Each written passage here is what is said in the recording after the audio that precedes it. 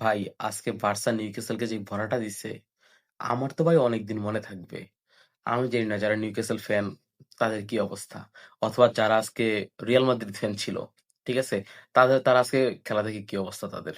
ঠিক আছে যে রিয়াল মাদ্রিদ জিতছে, তো ওরা তো আশায় বসে আছিল যে মনে হয় বার্সা হারবে, কারণ ফার্স্ট লেগে তো বার্সা ড্র করছে ম্যাচ, তাই না? তো এই ম্যাচ তো ধরতে গেলে 0-0 নিয়েই নামবে মাঠে। তো কি করবে না করবে, মনে হয় হেরে যাবে, সেই ওই আশা নিয়ে বসে আছিল। কি করছে এখন? 60টা দিছে। আর ওভারঅল মিলাইলে ৮-৩। ঠিক আছে? ওভারঅল বার্সা ৮, নিউক্যাসল ৩টা। ভাই আমি হচ্ছে ১ম ৪০ মিনিট অথবা পেনাল্টি রাখ পর্যন্ত আমি ভাবতেছিলাম যে বার্সার মনে হয় না চান্স আছে এবার। ঠিক আছে?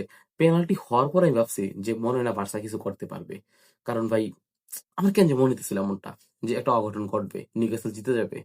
বাট এমনি যে ভাই, মানে বলে কই গোল, ঠিক আছে, যে বল পায় আর গোল দেয়, বল পায় আর গোল দেয়, এমন অবস্থা। তো যাই হোক, খেলা থেকে মজা লাগছে এবার। অবশ্য মজা লাগেও নাই, কি বলবো, লাইক মানে প্রথম হাফটা ভালো লাগছে, পরের হাফটা তো একদম যাচ্ছে তাই হয়েছে, পুরো এক পেশে হয়ে গেছে খেলা। বাট ওভারঅল খেলা ভালোই ছিল। একটু পরে হচ্ছে লিভারপুলের খেলা। আমি তো ভাই লিভারপুলের এগেইনস্টে। লিভারপুল আর হচ্ছে ওই ব্যাটার নামটা আমি উচ্চারণ করতে পারি না, তুরস্কের ক্লাব, গালাতাস, যাই হোক,